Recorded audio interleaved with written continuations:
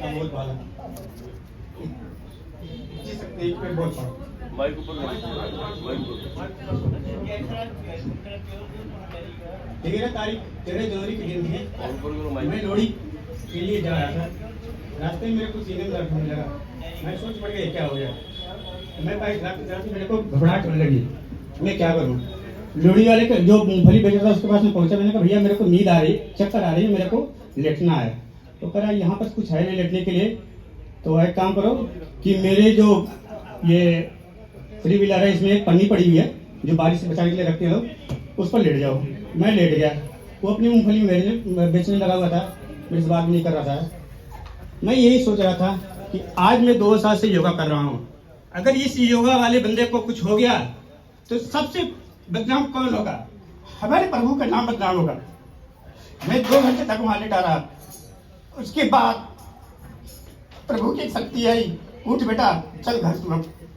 मेरा सीना में दर्द कम हुआ। मैंने बाइक फिर स्टार्ट किया और उससे पूछा कि भैया मैं जा सकता हूँ? कह रहा अगर कोई प्रॉब्लम है तो एम्बुलेंस बुलाता हूँ। मैंने कहा नहीं मैं ठीक हूँ।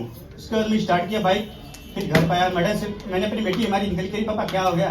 मैंने कहा मेरे को सीने में दर्द हो रहा है। उसने एक लोहरी जीरा होता है उन्होंने पिलाने के लिए दिया, लेकिन दर्द नहीं किया। फिर मैंने मैडम बोला कि मैडम मेरे कुछ घबराहट हो रही है, मेरे को लगा अटैक आ चुका है। तो उन्होंने कहा कि ठीक है हम पीजीआई चलते हैं। पीजीआई जैसे पहुंचे, डॉक्टर ने कहा कि आप चल के कैसे आए हो?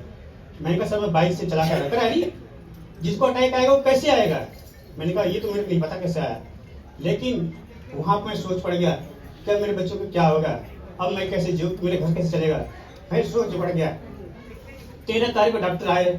डॉक्टर ने कहा कि भैया आपको तो हम पूरा चेक करके भेजेंगे यहाँ से, पीजीआई छोड़ती नहीं बीच में। 14 तारीख को सवेरे 5 साढ़े 6 बज रहा था।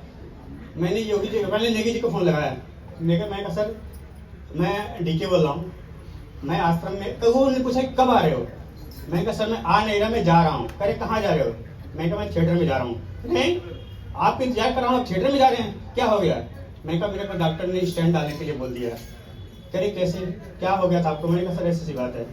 मैं वहां से जैसे उन्होंने स्ट्रेचर लेटाकर अंदर ले जा रहे थे, मैं प्रभु जी का ध्यान लग रहा था। प्रभु जी ने जब अंदर गए तो उन्होंने जैसी मशीन मैंने बड़ी बड़ी पहले जिंदगी में देखा था सर। जब जैसी मशीन मेरे सीने पर आई तो मैं और घबरा गया, अब क्या करूं? अब तो लग रहा मेरे पेट फाड़ देंगे सर। मेरे तो हुआ नहीं था। उन्होंने जंगे से मेरे कैमरे डाले अंदर, उन्होंने सारे चीज चेक कर लिए। उसके बाद बोले कि ठीक है हम अगली बार करेंगे, अभी तो कुछ नहीं करना है, अभी ब्लॉकेज हल्की सी है, करो। दूसरे दिन मेरे से जो उन्होंने बोला कि आप एक काम करो, एक इंजेक्शन लगाते हैं जो छोटी मोटी ब्लॉकेज जब खुल जाएगी। उन्होंने 1400 रुपये का इंजेक्शन लगाया जिससे मेरे मुख से ब्लीडिंग हुई। तो उनको डर हो गया कि उसका ब्लड हो क्या नाम है, वेन खुल चुकी है। फिर मैं यहाँ पर आया, घर आ गया। घर पर मेरी सांस लगी चढ़ने, बोलते बोलते, या जैसे भी पौड़ी चढ़ूँ तो सांस चढ़ देती थी। फिर मैं योगा में आया, उसी दिन मैं भाग के आया। मैंने कहा योगा से ही मैं कुछ होगा।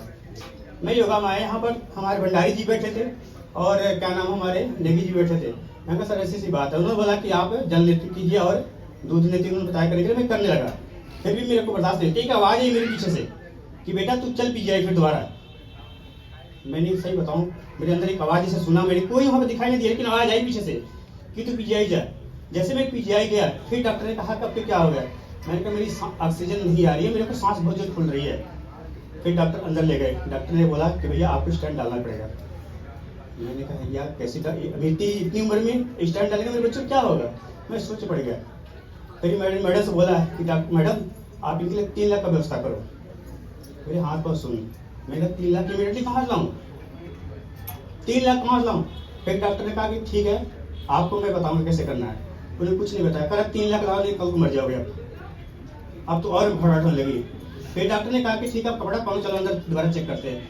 कपड़ा पहनाया उन्होंने। 7 बजे मेरे को भूखा रखते हैं जो भी है, अंदर ले गए। 2, ढाई, 3 बज गया। 3 बजे डॉक्टर आया करे कि आज नहीं होगा आपका पेशेंट, क्योंकि हमने 100 पेशेंट कर चुके हैं, आपका अगले हफ्ता होगा। फिर अगले हफ्ते फिर डेट आई।